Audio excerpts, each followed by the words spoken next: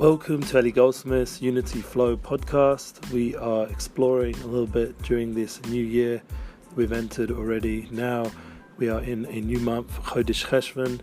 This is really the beginning of the year in terms of practically, spiritually, and all the different big things we accomplished hopefully in the previous month of Tishrei are now going to come into focus during this month.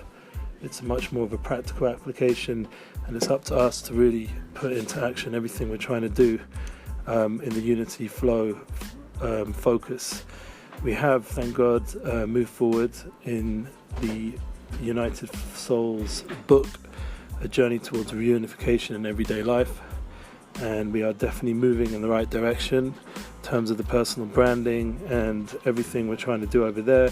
It goes alongside this podcast, Unity Flow podcast, and together with the Relationship Flow podcast and our Munah is Our Future podcast, where thankfully we're going to be back in the studio for the first time now. The lockdown is coming to somewhat a close in Yerushalayim, in Jerusalem, hopefully for everybody, I hope. And once again, we try not to go anything political, so the idea is that we are optimistically going ahead with the studio, that everything will be open enough that, for example, Yosef Danil will be able to drive in from Ramat Beit Shemesh and join us with music, and Rav Shalom Morish and Rav Dayan Elgrad, who will translate Rav Shalom Morish into English, will be there, and we'll have the live flow like we do on the live feed in YouTube and Instagram and on Facebook, and we welcome you there to comment and send questions before. But to get back to the United Flow and United Souls book, I'm really excited that we're reaching a big point of 31 pages. I know that doesn't sound so much, but in terms of the amount of words written and the kind of content I'm looking for, I'm very happy so far. There has been a little bit of editing, just going over it a little bit, but the main chapters are so far, if I would just give you the titles, it begins obviously United Souls, and then we go into the personal branding and 2020 vision, the 10 habits of truly unified people, the inner journey, the path of balance, marriage as a model of United Souls, tuning into the soul, God is the greatest distraction, the powers of United Souls begin, the light of the struggle. I mean, all these titles I think say a lot. I'll carry on reading if you don't mind. It just gives me a lot of optimism about this book. Actively requesting the oneness, what happens when we choose not the path of the soul, the sweetness of starting over fresh, we are alive, so now what, the struggles of daily journeys, tools of the sultans, which with a little bit of a tongue-in-cheek there, but it's sultans, like soul, neshama, soul.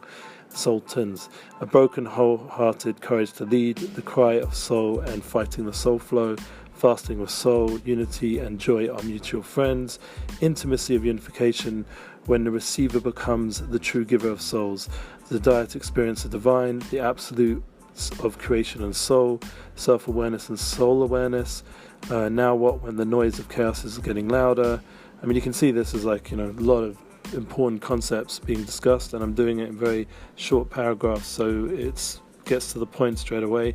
Going ahead no matter what, the power of only encouragement and motivation, unity focus with the family, real beginnings, fighting for the soul, the developmental process, and big choices in united living, the time to disconnect to reconnect. That was last night I wrote that. And thankfully, I think that, just from hearing from the titles, as you can see, it's something which is very up-to-date and universal, at the same time has a lot of profound spiritual concepts discussed in a practical, applicable way. And that is really what our Unity Flow podcast is about, and a Relationship Flow podcast. It's just putting it into a textual format so that everyone can read in their own time and, think about, and hopefully we'll have further discussion and further development of all these concepts as time goes on. Like we have already the United Souls collaboration album, number 1. It'd be great if we go to a number 2, and also the coalition. We welcome, men and women to join up, subscribe, to collaborate with that by sending me an email at UnityInspiresProjects@gmail.com. I always put it below in the links in the description, and you guys are welcome to take part in this. This is just part of the beginning of this process, so there's definitely a lot of development that can go into everything we're doing. I mean, it'd be ideal if we could do more visual stuff. We do have some great imagery being done by a company called Grow Media. I think that's marketing media, from a very nice person called Indigo. Indigo Rocks. She's put together a lot of great artwork and visual work for our different projects on the collaboration album, and some of it's been used by some of the musicians, like Seventh Day. They put out their song Miriam's Drums with the artwork from the Unity Inspires Projects with the logo there, and United Souls album logo, and thank God our general branding, it appears there, and it's big appreciation for people who did that for us. Anyway.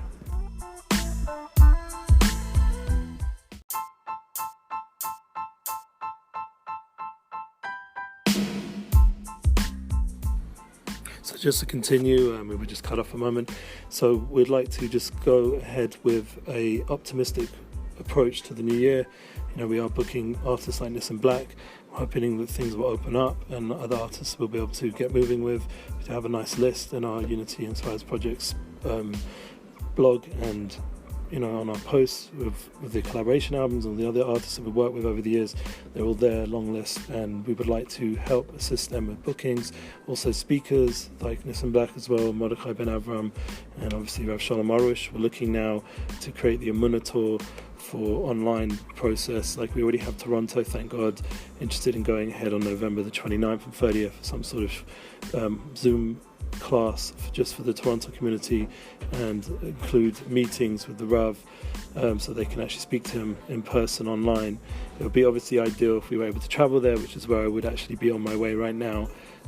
Generally that was the time we went for 3 weeks starting this week, and we'd have probably been on the plane already in Toronto, but we're not. So things of being versatile and being emotionally intelligent, we have to go ahead, positive mindset, and shift everything to an online process. So like I said, so Toronto is open, and you guys in Toronto are welcome to join in, and we have also a potential ability to make a online tour in Miami and New York and LA and all throughout North America, the UK, South Africa. We could do in Australia. We could really make this a global online Emunah tour where we get specific time with the Rav and they could speak to him direct and have a personal class. Chazak are interested in doing a large event, which will be some sort of fundraiser for Emunah as our future, and I'm happy to help with all these kind of things. But I really am praying that we'll be able to open up the world again in a more positive way, with more positive accomplishments this year, other than just dealing with the struggle, that which is in itself a success. That's something which we have to praise, how well everybody has dealt with this struggle, because it really isn't easy. Dealing with a whole different situation, the kids are at home and all the transitions, and not being able to access all kinds of therapeutic and physical exercise situations like swimming. I love to swim, and that's been closed on and off. And then there's the the therapeutic aspects of having the access to therapists and psychologists and programs to help assist with the children or other things going on in life, and these kind of resources not being open, and at a time where there's more struggle than ever. It's very big accomplishment, and we're coping with this somewhat on some level and being able to go ahead. It gets a bit overwhelming, and that's part of the Unity Flow podcast approach, that's the emotional intelligence and versatility we talked about many times, of being resilient and being able to transition in a healthy way through the struggles that we're going through together. And that's why we always welcome you to collaborate, because it's not something we're going on alone. Everybody's going through this on a universal level. It's a united struggle, and that's the struggle of the soul, in my opinion. If we take it to the soul level, then we're really all united, and we can go through this together in an uplifting, inspirational way.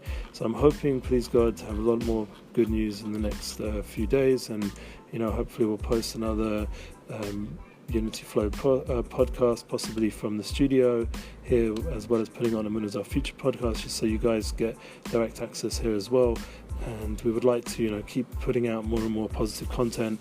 And the book we look to release probably around in between Hanukkah Purim, same too with the United Souls album, either the key or the number 2, we'll see. But it's up to you guys to really reach out and to make it happen, because it's a collaborative project that really builds the momentum and get us moving into 2021 and this new year, in the Jewish year, 5781, into the time of positivity and success and accomplishment in a real substantial way, that we can really feel like we're not being held back by any corona challenge or anything like that, but we actually have the ability to accomplish even more and be more unified, all of us together. Amen. Have a beautiful week. Looking forward to hear from you, and we'll post the information needed below. Thank you. Share your Unity Flow.